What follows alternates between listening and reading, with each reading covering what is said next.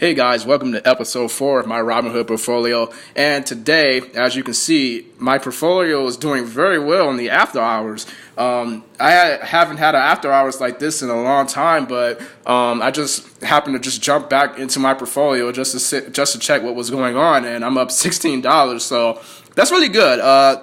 The markets have been tanking, guys. It's been very volatile. The markets have been up and down. But again, as an investor, as a day trader, as a swing trader, as all of how you're going to play this market, this is what you have to expect. You have to expect up and downs. You have to expect, bear markets. You have to expect market corrections. You have to expect bull runs. And, if you're in it for the long term, stuff like these shouldn't matter. And I know that I've been preaching this since episode 1, and I've about buying and holding those stocks that grow and have dividends. But I kind of drifted away from that in my episode 2 and 3, and I've just been all over the place with my portfolio, just putting in stocks to which I felt will be doing good these next couple of years. But as you can expect, I did once again change my portfolio up, and there have been a lot of stocks that have been moved around. There have been a lot of stocks that have been taken out of my portfolio. I'm trying to get clever with this. I'm still learning just as much as the next guy about the market, and every time I'm selling, trying to sell high, and trying not to sell low, and just lose money, because that just doesn't make any sense. You never want to buy high and then sell low as an investor. But for me, I just really I'm trying to find the right balance. I'm trying to find the right balance of stocks and just try to sit on that right balance for the next 5 to 10 years. So I'm going to quickly just go through my portfolio again. Once again, there's been a lot of changes in this portfolio, and we're just going to go right into it, guys. We're going to dive right into this. So in episode 3, I think I had Amazon here, and as you can see, Amazon is not here no longer. We're going to talk about Apple.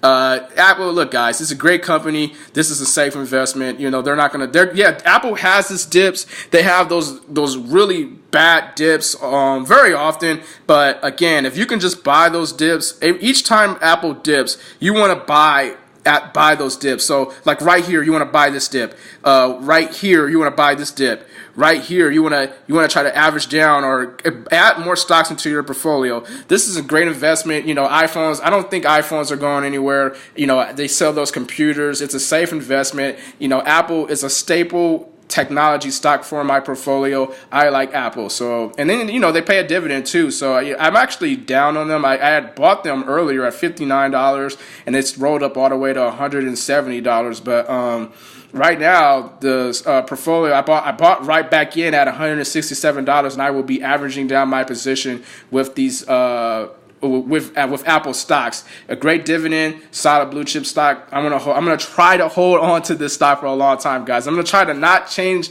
this portfolio up, because once again, I want to buy and hold. That is what I'm trying to do. So the next stock I'm going to talk about is Microsoft. This is another blue chip stock. And I think Apple and Microsoft, they work hand in hand together. I know Microsoft here, they have the app is just laggy right now, but okay, there you go. 3 shares at $94. Like I said, the tech market, there's been a tech sell-off lately, and everybody's selling off their tech stocks. But again, I expect to hold Microsoft for as long as possible. This stock is not going anywhere. Great dividends, great market cap, a really high PE ratio, but that doesn't matter to me, because look at the earnings reports.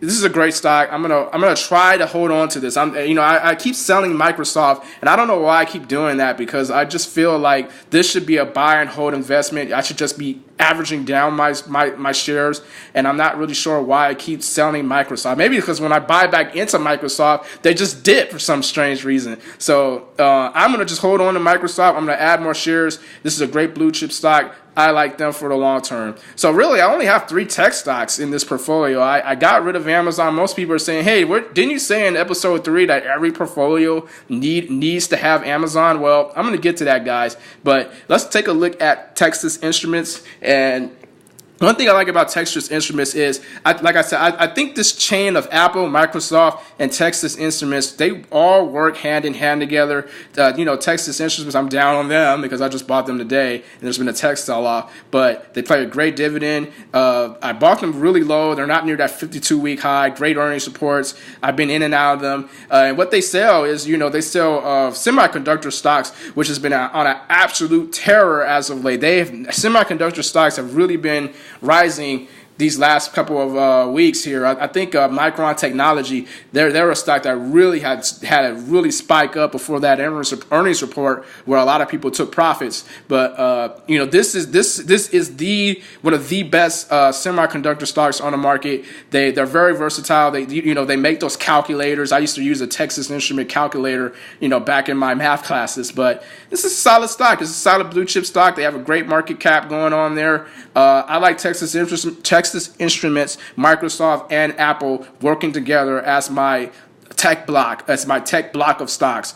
The next stock I want to talk about is Bank of America. I've been just averaging down my position with them. I was actually up with them until they had this little recent dip here. I traded out JP Morgan. I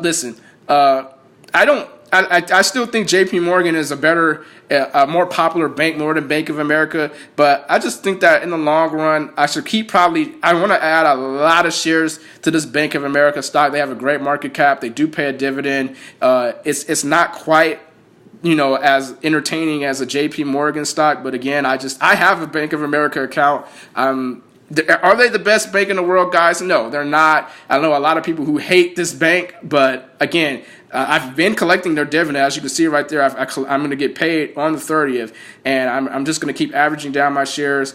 I'm going to try to bring this to 30 shares, guys. I'm going to try to bring this to 30 shares, guys, and just try to ride it out. I'm going to try to ride it out. The stock, I don't think it's not so overvalued. I think they're right where they need to be. And Bank of America has plenty of growth for these next couple of years. I want to just try to get in early and try to reap the benefits. So the next stock I'm going to talk about is AT&T here. I've been really going in on AT&T, guys. I just think that right now, they were on a fantastic dip, and as you can see, my equity value is it's at $1,000 for 30 shares, and their earnings reports, they're up and down, but really, I'm just buying this because I want the growth. I want the dividends. That's what it's all about. I'm kind of going back to my what I was talking about in episode 1. When I tried to have that strategy of the right combination of growth and stocks that grow and paying me dividends along the way,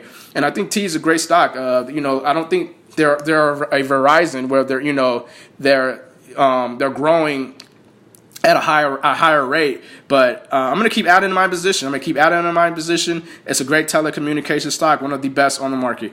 The next I'm going to talk about is Pfizer, and Pfizer has been really going up as of late. I'm trying to buy these stocks while they're down. I'm buying a lot of these stocks while they're down, so I can ride them back up, get to the top, get paid dividends, and just keep riding that train. I'm riding that train, guys. That's why I sold off Johnson & Johnson, and I got Pfizer. They're a great blue chip stock, great earnings reports, solid dividend. I mean, what more can you want? What more can you want, guys? This is the pinnacle of a buy and hold. I'm going back to my roots. I'm trying to build a portfolio of growth, of the right combination of growth. And I know I talked about in my last video about how e-commerce is blowing up, but again, I'm going to get to that. I know so far there's not been a single e-commerce stock around here. I had FedEx for a while. They took a huge dip, and I managed to get out just in time. I did lose a little bit of profits, but I did lock in some great profits with them after their earnings report. So that sometimes you just want to lock in profits with some stocks. The next stocks I want to talk about is Boeing Airlines. The industrial industry is not doing good. Thanks to the tariffs on aluminum and steel. I sold off. I had a choice. I could either keep Caterpillar, or I can sell off Boeing Airlines. And guys, come on, this is a no-brainer. Keep Boeing Airlines. I'm really up on them, almost 11%, $99. Great average cost, great diversity for my portfolio, great stock. that will get hit. They're going to get hit by the tariffs, but again, they have solid earnings reports. Look at that dividend. That dividend is solid at $5.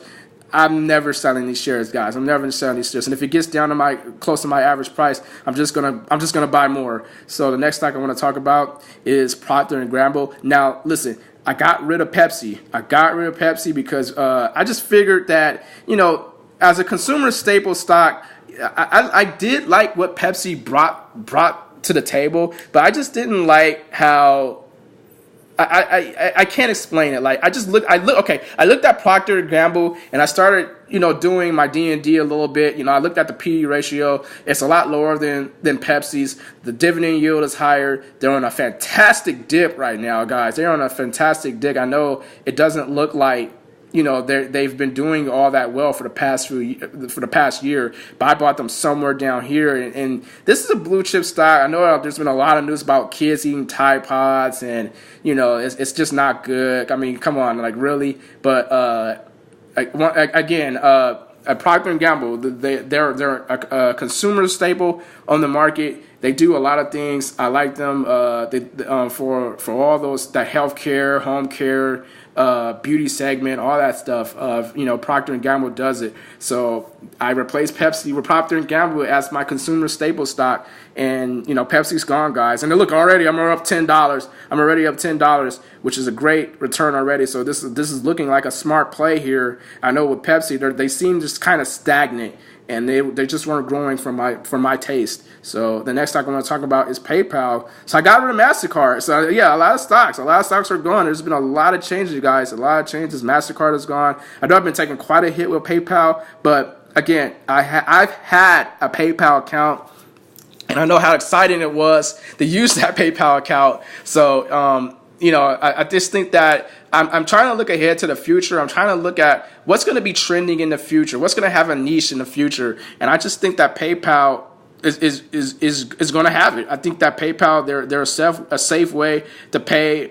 Well, at least for right now, they're a safe way to send payments. They have a great chart. I know they've been kind of dipping right here, but everything is dipping right here thanks to what the market's doing. But PayPal, they own Venmo, they own Uber. I mean, what more do you want? What more can you want, guys? Like, this is the new kid on the block as far as sending money.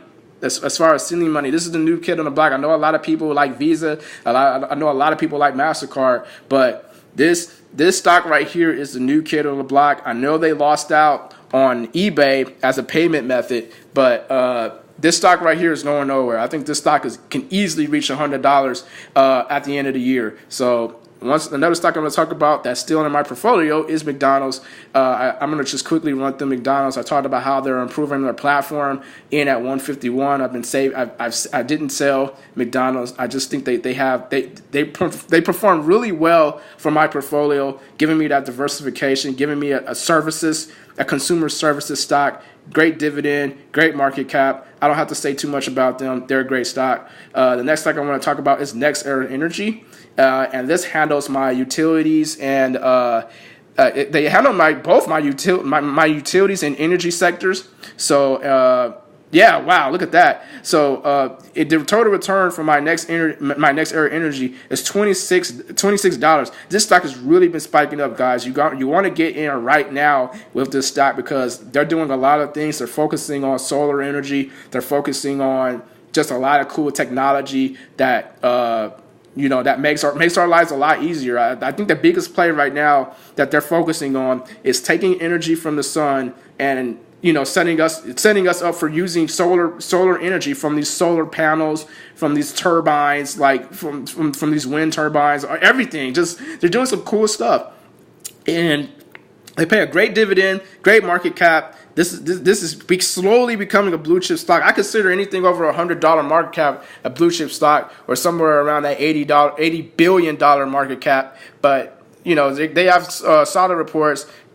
I'm holding on to this, guys. This is a great stock. So the next stock I want to talk about or it's not really a stock. We're gonna the next two plays in my portfolio aren't really stocks. They're ETFs. And I know, guys, I talked about in the last few episodes that I didn't have any ETFs in my portfolio. Well, now I do. I have ETFs in my portfolio, and the reason why I have ETFs in my portfolio is because just because of how volatile the market has been. And the first ETF we're going to look at, I only have two, but the first one is XLY, Consumer Discretionary Select Sector, and wow, I mean, what can I say about this? I talked about Amazon, and I said that every portfolio should have some type of Amazon in the portfolio, whether if it's a stock, whether it's an ETF, like it didn't matter. I just had Amazon, guys. This ETF has Amazon in it, and I think it has about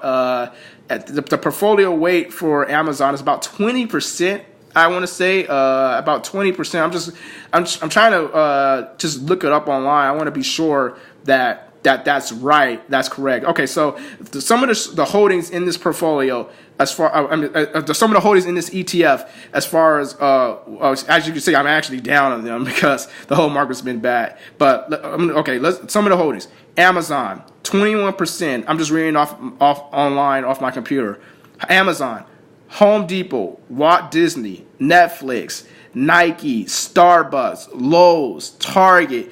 Guys, Yum Brands. Guys, these are great stocks. These are great stocks to hold. Look at the holdings in this. And look, Amazon, 21% portfolio weight. 21%. So this stock holds a lot of Amazon in it. A lot of what Amazon does. It's 21% of this ETF. That is a lot, guys. That is huge. I can own Amazon without spending $1,500 on an Amazon, when I can just buy 21% of it and then just keep adding to those shares. And then if Amazon dips, if Amazon is on a terrible dip right now, I think some news came out about how Trump is going to go after them, and and taxes and all this other stuff, and a lot of people went out. But Amazon is 21% portfolio weight of this ETF. Home Depot 7%. And you guys know how much I love Home Depot. Walt Disney. Blue chip stock. Well, I love Walt Disney. They own Star Wars. They Black Panther's doing super well. 5%. Netflix. They shot straight up, guys. Netflix shot straight up. It was incredible. 4%.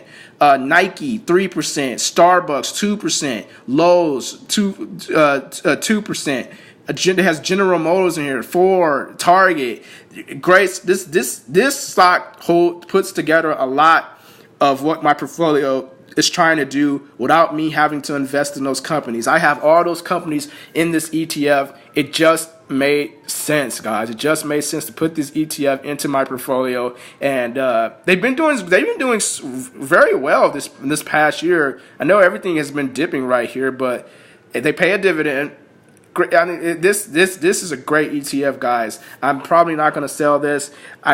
Like I said, I don't own Amazon anymore, but technically I do, because this ETF has Amazon in it, and for a 21% portfolio weight.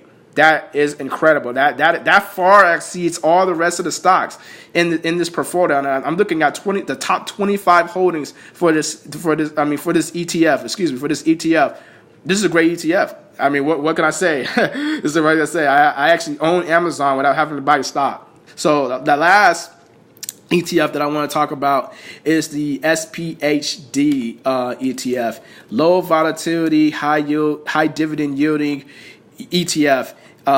They were on a really terrible dip as of late, and I bought into them. And one of the things I like about this ETF is that they pay monthly. They pay monthly. They pay a solid dividend. They pay monthly. So I'm going to start collecting monthly dividends from this ETF. And I think I got them at a great average cost, and my total return is already up $9. They really follow the S&P 500, and they have a lot of interesting stocks. I'm going to look at some of their top 25 holdings.